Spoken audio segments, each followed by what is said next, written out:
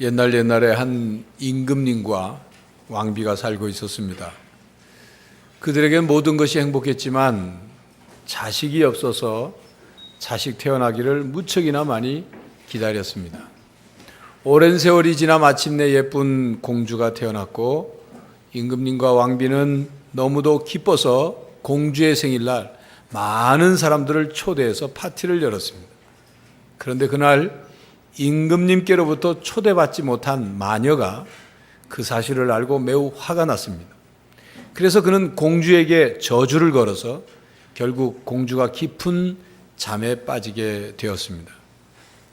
잠자는 숲속의 공주라는 내용이 이야기의 앞부분 줄거리입니다.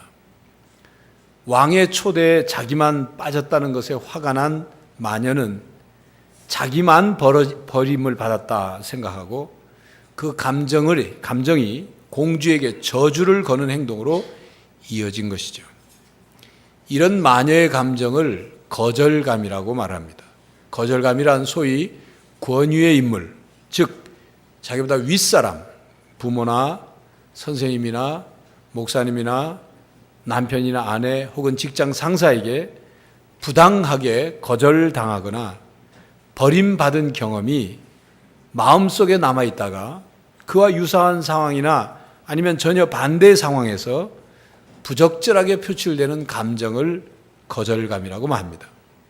진짜 버림을 받은 경우도 있지만 다른 피치 못할 이유에 의해서 겪게 된 이 버림받았다는 이 경험, 또 자기가 원하는 만큼의 사랑을 받지 못할 때 거절감을 경험하기도 합니다. 누구에게 아주 극심한 말을 듣게 될 때 또 버림을 받았다고 느끼게 되고, 이렇게 거절당했다고 느낀 이런 감정들이 해결되지 않고 그대로 남아 있으면 그 후에 전혀 상관없는 다른 사람에 대해서 또 다른 상황에 접하게 될 때 부적절하게 그 감정이 튀어나옵니다. 거절한 것도 아닌데 거절당했다고 생각하고, 정당한 거절인데도 거절당한 것에 대해서 유난히 견디지를 못하는 거죠. 이것이 바로 거절감의 상처입니다. 성경에 보면 창세기에 아담과 하와가 낳은 첫 번째 아들 가인이 동생 아벨과 함께 하나님께 제사를 드렸습니다. 하나님께 제사를 드렸는데 하나님께서는 동생 아벨이 드린 양을 잡아서 드린 제사는 받아주시고 형 가인이 곡식으로 드린 제사를 받아주시지 않으셨습니다. 이 가인은 자기의 제사를 받아주시지 않는 것에 대한 아주 극심한 거절감을 경험하게 된 거죠. 그런데 가인이 하나님께서 제사를 받아주시지 않으시면 내 제사가 무엇이 문제 있는가, 뭘 잘못 드렸는가, 제사에 대한 태도가 잘못됐는가, 그걸 고치려고 생각하지 않고 제사를 받아들이지 않은, 제사를 거절하신 하나님에 대한 그 원인이, 하나님의 거절하신 원인이 자기 동생 때문이라고 생각합니다. 동생에 대해서 화를 내고 결국 동생을 들판으로 끌어다가 돌로 쳐 죽이는 최초의 살인 사건이 일어났습니다. 바로 이런 거절감이 바로 살인죄를 범하게 한 것입니다. 여러분이 잘 아는 대구 지하철 방화 참사 사건의 범인, 끔찍한 방법으로 할머니를 살해하고 도망간 10대 범인, 부모를 살해한 교수의 아들, 형보다 훨씬 더 좋은 명문대학을 들어갔음에도 불구하고 부모의 편애로 인해서 너무나도 괴로운 나머지 부모를 살해한 아들, 요즘의 존속 살해범, 자기 가족을 죽인 거죠.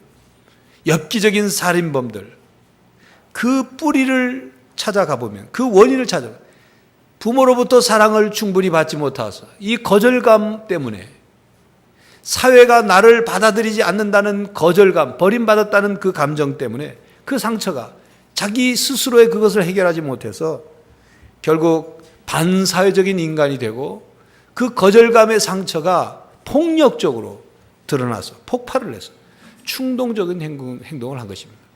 여러분, 요즘 그런 아주 끔찍한 사건의 범인을 잡아서 마이크를 들이대고 왜 그랬느냐 물으면 홧김에 그렇다고. 그가 화를 불러일으키게 될 그 뿌리에 뭐이냐, 이 거절감의 상처가 있다는 것입니다. 사실 모든 인간은 태어나면서 그 깊은 내면 속에 거절감의 상처가 원죄처럼 자리를 잡고 있습니다. 그것은 에덴 동산으로 거슬러 올라가죠. 아담과 하와가 선악과를 따먹음으로 하나님께서 죄를 범한 불순종의 죄를 범한 아담과 하와를 에덴 동산에서 쫓아냈습니다. 버리신 거죠. 분명 인간의 잘못으로 인한 추방이지만 인간 스스로는 자기가 한 것 때문이라고 생각하지 않고 쫓겨났다는 것, 버림받았다는 것, 추방당했다는 것, 그 사실만으로 거절감을 느끼는 거죠. 그래서 인간은 어렸을 때부터 태어나서 자기 부모가 자기 옆에 보이지 않으면 버림받을지 모른다는 그런 불안감 때문에 아주 민감하게 반응을 하는 것입니다. 버림받을 것에 대한 불안, 또 거절당해서 소외당할 것에 대한 불안, 그것에 대해서 아주 예민하게 반응하는 것입니다. 부모님과의 관계에서 자기가 원하는 만큼, 부모는 열심히 사랑했지만 자기가 원하는 만큼 사랑을 받지 못했을 때 엄청난 거절감을 경험합니다. 이것이 우리 속에 있는 원죄적인 거절감 때문인 것입니다. 그렇게 원죄적인 거절감을 갖고 태어나서 성장하면서 가정 안에서 부모에게로부터 거절감의 상처를 많이 받습니다. 알게 모르게. 부모의 잘못 때문에 거절감을 겪기도 하지만 부모가 본의 아니게 한 어떤 행동이나 말 때문에 상처를 받는 거죠. 원하지 않는 임신을 한 경우에 뱃속의 아이가 그 엄마의 거절감, 자기에 대한 그 마음을 거절감으로 느끼는 거죠. 태아의 남녀 차별로 인해서 어머니 뱃속에서부터 그걸 느끼는 겁니다. 태어났는데도 환영받지 못한 출생이 될 때 갓난아이가 아무것도 모르는 것 같지만 그것을 다 거절감으로 느끼는 것입니다. 부모의 폭력적인 행동이나 편애, 다른 형제나 다른 사람과 끊임없이 비교할 때, 그리고 지나치게 신경질적인 부모로 인해서, 혹은 부모가 너무 자녀에 대해 무관심하기 때문에 사랑을 받지 못해서 거절감을 경험합니다. 부모와의 사별 혹은 이별, 부모의 이혼으로 인한 헤어짐, 부모의 직장 생활 때문에 어쩔 수 없이 떨어져 살아야 하는 그런 경우, 부모가 자신을 무책임하게 낳고 그리고 버려서 다른 사람의 손에 자라야만 하는 그런 경우 등 이렇게 많은 다양한 경우를 통해서 거절감을 경험하게 됩니다.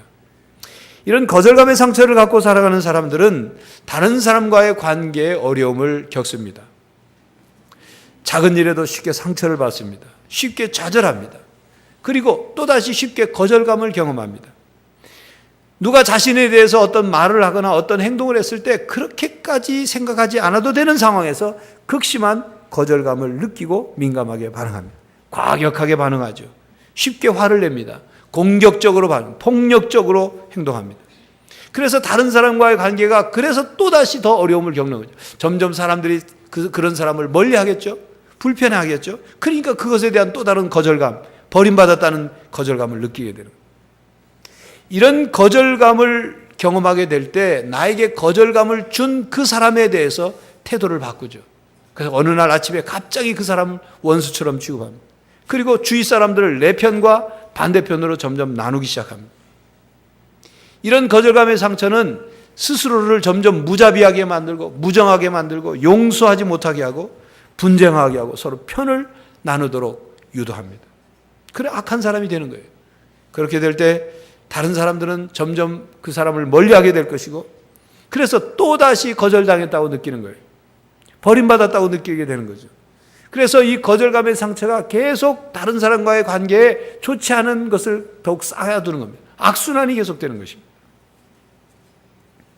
거절감이라는 상처는 이렇게 우리의 내면 세계를 바꿔놓습니다. 열등의식을 갖게 하고 실패의식을 갖고 살게 하고 죄의식을 느끼면서 살게 합니다. 영적으로도 많은 어려움을 가져옵니다. 마음이 늘 가라앉고 어두워 있어요. 스스로에 대해서 무능력자처럼 생각해요. 그래서 쉽게 낙심하고 쉽게 절망합니다. 쉽게 실망합니다. 거절감을 준 사람에 대해서는 용서하지 못하죠. 분노하고 복수심에 불탑니다. 그래서 우리의 삶이 죄악으로 점점점 얼룩지게 되는 것입니다. 고통스러운 내면이 됩니다.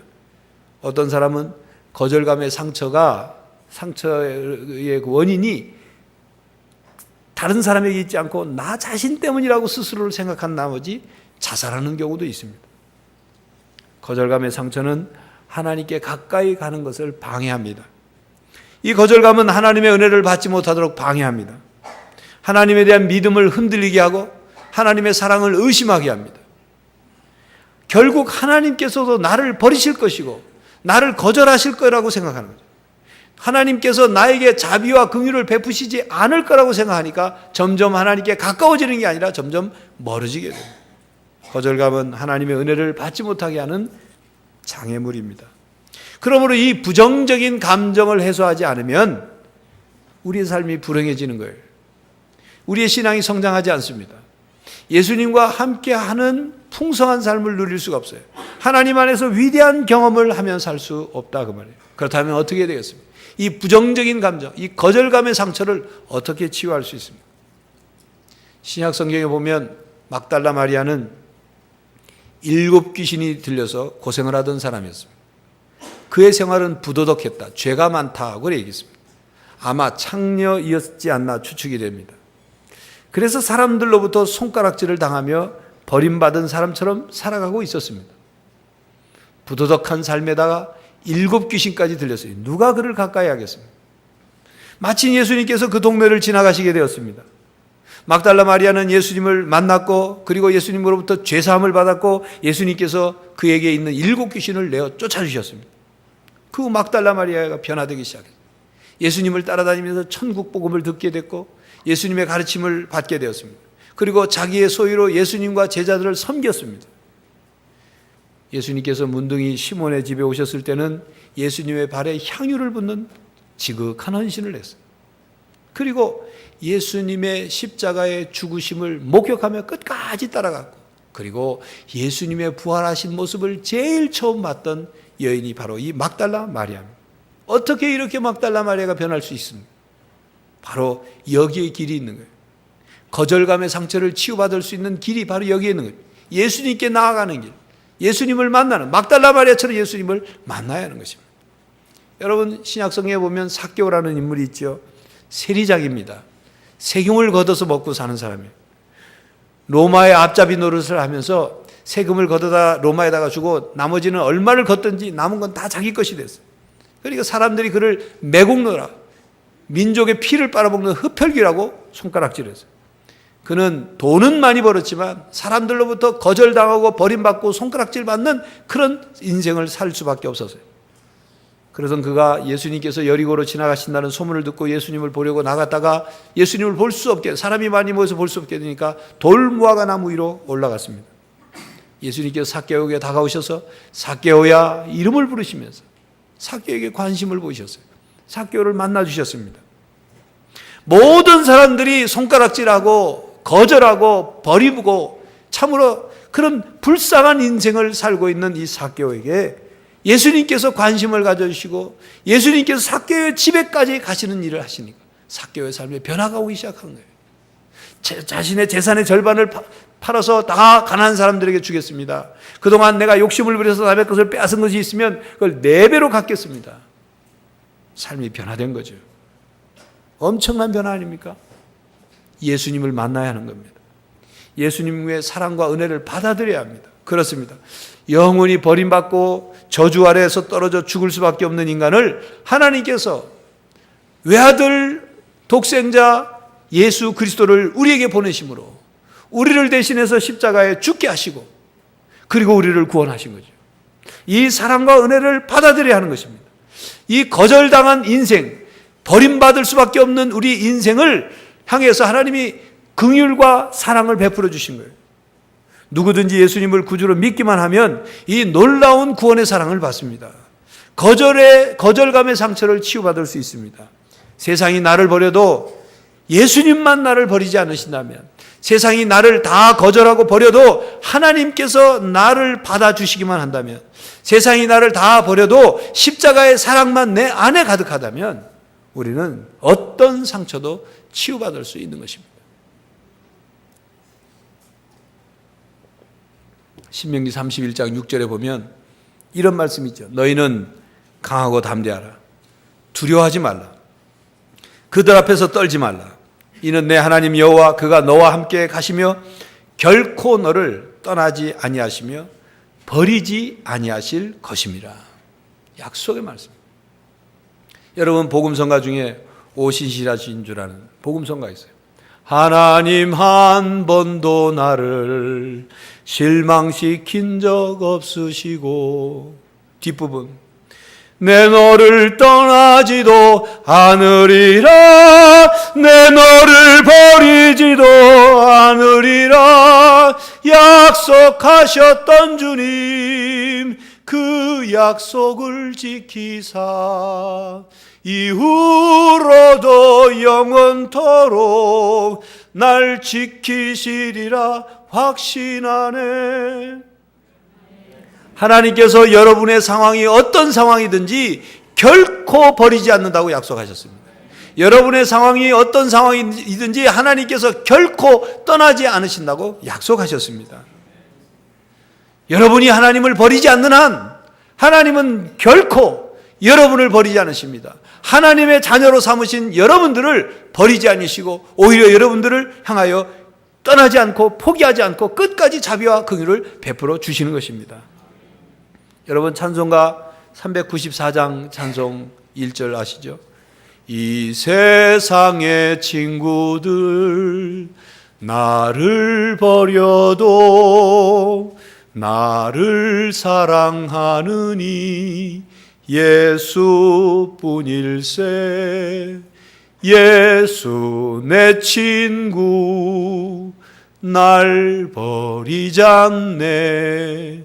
온 천지는 변해도 날 버리지 않네. 이 세상 모든 사람들이 다 버려도, 부모조차 나를 버려도 주님만은 우리를 버리지 않으신다 약속하셨습니다. 그 사랑으로 우리를 사랑하고 계십니다. 여러분, 하나님을 만나 하나님께서 여러분을 얼마나 사랑하신지를 깨닫고 그 사랑을 받아야 합니다. 그 사랑으로 살아가야 하는 것입니다.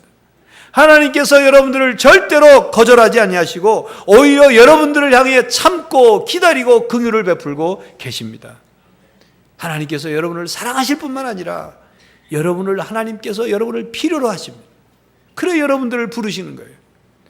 하나님께서 여러분을 향한 뜻과 계획이 있으시기 때문에 여러분들에게 생명을 주셔서 이 땅에 태어나게 하셨고, 여러분들을 세상 속에서 하나님의 자녀로 부르셨어요. 하나님의 자녀로 선택하셨습니다. 여러분, 하나님 나라에는 쓰레기통이 없다고 하지 않습니까? 무슨 말입니까? 하나님께서는 절대로 쓰레기통에다가 버릴 만큼 무가치한 사람을 만드시지 않으셨다 그 말입니다. 자신 스스로가 자신을 쓰레기 취급을 할지 모르지만 하나님께서는 우리를 존귀한 존재로 지으셨고 끝까지 우리를 사랑하시고 포기하지 않으십니다. 그래서 여러분을 하나님께서 세상 속에서부터 여러분을 불러내신 것입니다. 그래서 하나님의 교회가 되게 하셨습니다. 그러므로 여러분이 교회입니다. 여러분 한 분 한 분이 교회입니다. 교회란 십자가가 세워진 건물이 교회가 아닙니다. 그것은 우리는 예배당이라고 말합니다. 교회는 예수님을 믿는 사람들의 모임입니다. 그러니까 여러분 한 분 한 분이 다 교회입니다. 구약시대에는 카할이라는 단어를 사용해서 교회의 의미를 사용했습니다. 부름을 받은 사람들, 회중 총회, 하나님의 백성을 카할이라고 그랬어요.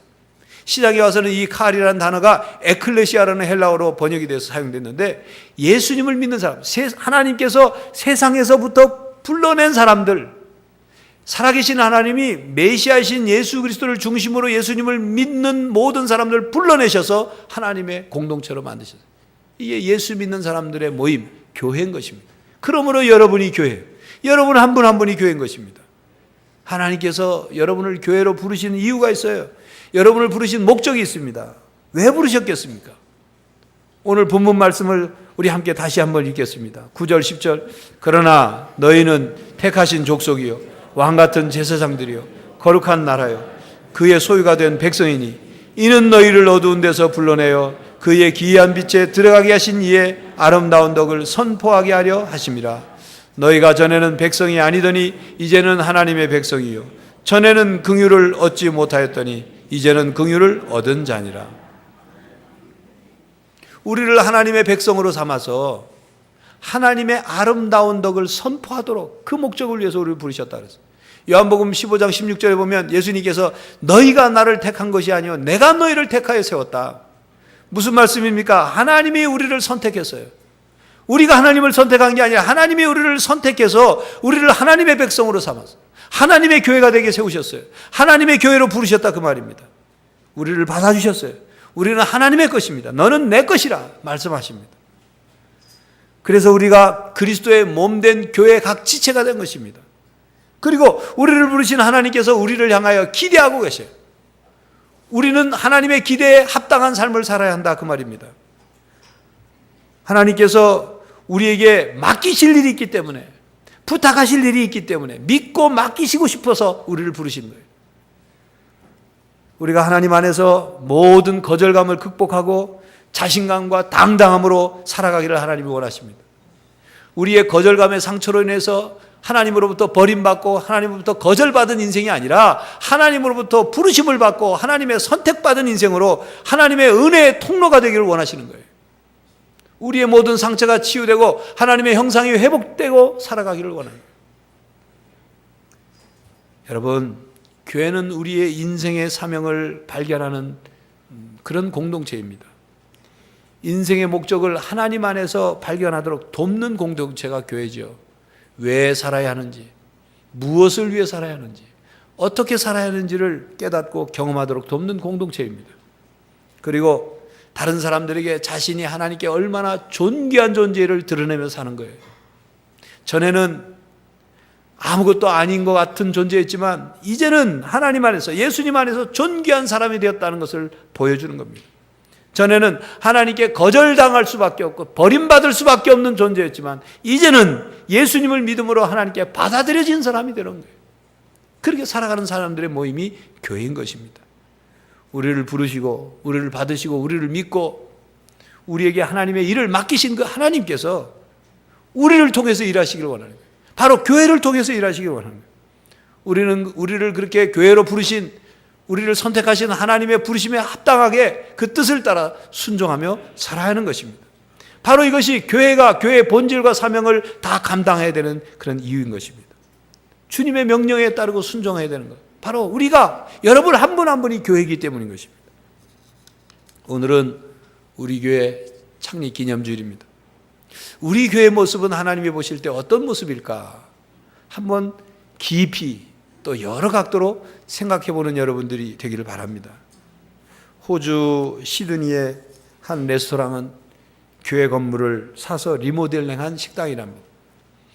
교인이 없어서 문을 닫게 된 교회 건물을 한 주리업자가 사들여서 술도 파는 그런 레스토랑으로 바꾼 것이죠. 그 식당에서는 같은 음식을 먹어도 앉은 자리, 그러니까 테이블의 위치에 따라서 음식값이 다르다고 합니다. 회중석 쪽에 차려진 식탁이 제일 싸고 성가대석은 그보다 좀 비싸고 강단 위에 차려진 식탁은 그 식당에서 제일 비싸다고 합니다. 그곳에 들어갔던 한 목사님은 너무도 마음이 아파서 그냥 뒤돌아서 나와버렸다고 합니다. 아름다운 신앙을 가진 조상들이 헌금을 하고 온 몸과 마음을 헌신해서 세운 교회가 텅텅 빈 나머지 아무에게나 팔리는 그 현실이 남의 일처럼 여겨지지 않았다는 거죠. 호주에 있는 교회도 주님의 교회인데 주님께서 그 교회가 주리업자에게 팔려갈 때 얼마나 마음 아프셨을까 생각하니까 식사를 할 수 없었다는 거죠. 여러분, 영국 교회는 더 심각한 수준입니다. 서구 교회가 지금 그래요. 크게 지은 교회를 유지할 수 없어서 절반을 칸 막아가지고 빌려주거나 아니면 팔아. 근데 그걸 전문적으로 그 교회 건물을 사러 다니는 사람들이 있는데 그들이 누구냐? 모슬렘 선교사들이에요. 그래서 영국 교회 건물이 지금 모슬렘 사원으로 바뀐 교회가 얼마나 많은지 모릅니다. 왜 그렇게 됐을까요? 왜 그렇게 됐을까요? 여러분이 교회라는 말씀을 드렸습니다. 교회의 지체인 여러분들이 신앙이 살아있지 않고 죽으면 교회도 죽는 것입니다. 여러분 한 사람 한 사람의 신앙이 살아있으면 교회도 사는 거예요. 여러분들의 신앙이 날마다 성장하면 교회도 성장하는 것입니다. 그러나 여러분들 한 사람 한 사람의 신앙이 죽고 힘을 잃어버리면 그런 교회 건물은 결국 술집에 팔려가고 모슬렘에게 팔려가는 일이 벌어지게 되는 것입니다. 오늘은 우리 교회가 57살이 되는 날이에요. 앞으로 60살, 70살, 100살이 우리 교회가 그렇게 됐을 때 우리 교회 모습이 어떤 교회일까? 그럴 일은 없겠지만 우리 교회가 100살이 되었을 때 어느 업자에게 팔려서 식당으로 개조되는 그런 불행하고 고통스러운 일이 일어나서는 안 되는 거예요. 그러므로 우리는 우리 개인이 신앙이 더욱 성장하고 살아있는 신앙으로 교회 사명을 감당하고 여러분을 향한 하나님의 사명을 감당함으로 하나님을 기쁘게 할 뿐만 아니라 우리의 신앙이 더욱더 성장하고 발전해야 하는 것입니다. 그러기 위해서 우리의 신앙이 살아있어야 돼요. 깨어있어야 돼요. 예배를 드려도 살아있는 예배, 깨어있는 예배를 드려야 합니다. 어느 시골에 살던 할아버지가 모처럼 만에 서울에 있는 친척집에 방문을 했습니다. 서울에 가봤지만 길도 모르고 그저 집안에서 무료한 시간을 보내고 있었어요. 그 친척집에서 그 어르신을 좀 서울 안내를 할 만큼 그 시간이 있는 사람들이 없어. 다 바쁘게 살아요. 그러다 못해 하루는 그 친척집에서 어르신에게 심심하실 텐데 극장 구경이라도 하고 오시라고 돈을 드렸어요. 처음으로 극장 구경을 하기 위해 집을 나선 이 노인은 30분도 채 되지 않아서 다시 돌아왔어요. 아니 왜 벌써 돌아오십니까? 그러자 그 시골 노인이 이렇게 말했습니다. 그러면 좋아했어요. 똑똑한 서울 사람들도 어리숙한 데가 있더구만. 아니 글쎄 내가 30분씩이나 극장 여기저기를 구경했는데 그 바보 같은 사람들이 돈도 안 받지 뭐야. 극장 구경을 공짜로 했어 그러더래요. 그 어르신은 극장 건물을 30분간 보고 온 겁니다. 아무리 극장에 갔어도 영화를 보고 오지 않으면 무슨 극장 구경이 되는 거예요. 여러분 이와 같이 교회를 아무리 다녀도 살아있는 예배, 진정한 예배를 드리지 않으면 건물만 출입하는 사람들이 되는 것입니다. 여러분 가운데는 그런 분이 없으리라 생각합니다. 여러분 한 분 한 분이 예배를 드릴 때 구경만 하다가 하는 교인이 아니라 살아계신 하나님을 만나고 하나님 말씀에 귀를 기울이고 하나님의 은혜를 간절히 갈망하면서 예배를 드릴 때 여러분들의 영이 살아나는 거예요. 여러분들의 삶이 은혜의 삶이 되는 것입니다. 여러분들의 신앙이 살아있는 신앙이 되는 거예요. 제자리에 머무는 신앙이 아닌 겁니다. A.W. 토저 목사님이 쓴 책들이 우리나라에 많이 번역됐는데 그 목사님의 책 글 가운데 이런 글이 있어요. 오랜 세월을 교회 다녔지만 영적 성장에 관심이 없는 그리스도인들이 많다. 그들은 초보적인 것에만 관심이 있다. 학교에 비유하자면 마치 한 개의 학년만 있는 학교와 같다. 그 한 학년은 1학년이다. 교인들은 2학년으로 올라갈 생각을 하지 않는다. 어떤 사람이 나타나서 그들을 2학년으로 진급시키려고 한다면 그의 말을 듣지 않는다. 목회자가 그들을 2학년으로 끌어올리기 위해 숙제를 내주면 그들은 하나님께서 그 목회자를 다른 교회로 보내시기 위해 기도하기 시작한다. 여보게, 자네는 1학년을 몇 년 동안 있었나? 난 12년 있었네. 난 20년 있었네. 그렇게 대답한다. 어린아이들은 재미있게 해주는 것을 아주 좋아한다. 문제는 그리스도인들도 재미를 추구한다는 사실이다. 자기가 좋아하는 것만 좋아한다. 이것이 1학년에 머물러 있는 증거이다. 우리 교회는 1학년이 없기를 바랍니다. 여러분이 교회입니다. 여러분의 신앙이 곧 우리 교회의 신앙입니다. 여러분들의 신앙이 성장해야 교회가 성장하고 하나님 나라가 성장하는 것입니다. 하나님을 만나고 예수님을 믿는 사람들은 새로운 차원의 인생을 살아갑니다. 겉모양은 세상 사람들과 다 똑같지만 삶의 내용이 달라지는 거죠. 그 안에 그 삶의 삶 속에 영원한 생명이 있느냐 없느냐, 이 차이는 하늘과 땅 차이보다 더 큰 차이예요. 이걸 우리는 천국과 지옥의 차이라고 합니다. 인생의 목적과 의미를 알고 살아가느냐 아니면 모른 채 살아가느냐, 하나님의 영광을 위해 사느냐 아니면 자기만을 위해서 살아가느냐, 자신을 하나님의 존귀한 자녀로 확신하며 살아가느냐 아니면 그냥 이 땅에 버려지듯 던져진 인생으로 허무한 인간으로 살아가느냐. 상처받은 것을 치유받아가면서 하나님의 형상으로 회복되어가며 살아가느냐, 아니면 깨지고 일그러진 채 그냥 그게 인생인 양 전부인 양 살아가느냐. 그건 천국과 지옥의 차이인 것입니다. 여러분은 어떤 삶을 살기 원하십니까? 여러분 내면에 있는 상처를 치유받아야 하나님의 은혜와 복을 받아 누릴 수 있습니다. 여러분 안에 거절감의 상처를 하나님을 통해서, 예수님의 사랑을 통해서 치유받으시기 바랍니다. 예수님께서는 거절당하고 버림받고 무시당하고 소외당한 사람들을 찾아오셨어요. 그리고 여러분을 부르셨습니다. 여러분을 변화시켜서 하나님의 위대한 일에 동참하도록 여러분을 선택하셨습니다. 예수님께서는 베드로를 통해서 교회를 시작하시고 성령 강림 사건을 통해서 교회가 본격적으로 시작되죠. 지금도 예수님께서 부탁하신 명령을 통해 교회가 그 사명을 감당하고 있습니다. 하나님께서 사람을 살리는 일, 사람을 세우는 일, 사람을 변화시키는 일, 사람답게 사는 일, 사람을 고치는 일, 사람으로 하여금 하나님의 존귀한 자녀로 이 땅을 살아가도록 하나님께서 오늘도 교회를 통해 역사하십니다. 바로 누구를 통해서? 여러분을 통해서 역사하고 계신 것입니다. 가장 존귀한 일을 여러분에게 맡기셨습니다. 여러분은 하나님께로부터 부르심을 받은 사람들입니다. 예수님께로부터 선택을 받아서 하나님의 아름다운 덕을 전하고 그것을 이루며 살도록 부르심을 받은 사람들이에요. 그러므로 교회 여러분, 언제나 누가 뭐라고 해도, 누가 여러분을 거절하고, 누가 여러분을 버리고, 누가 여러분을 무시한다 할지라도 하나님께서 나를 무시하지 않고 나를 거절하지 않고 받아주셨음을 믿고 의지하시기를 바랍니다. 하나님께서 여러분을 결코 버리지 아니하시고 떠나지 않으신다는 사실을 믿으시기 바랍니다. 그래서 천국 갈 때까지 예수님과 함께 하나님을 위해서 거룩한 일들을 행하고 하나님이 주신 은혜와 복을 받아 누리는 성도들이 되시기를 간절히 바랍니다. 기도하겠습니다. 하나님, 이런저런 일들로 거절당하고 무시당하고 버림받고 상처당하고 이 땅에 그 상처로 인해 아파하며 살아가는 저희들이 하나님께 나왔습니다. 하나님이 예수 그리스도의 십자가의 사랑을 통하여 우리를 구원하시고 우리를 받아주셨음을 감사드립니다. 우리가 하나님께 선택되어 주님의 몸된 교회의 교인이 되었고 하나님의 자녀로서 살아가게 하시니 감사합니다. 내가 선택한 것이 아니요 하나님이 만세전에 먼저 선택하셨음을 믿습니다.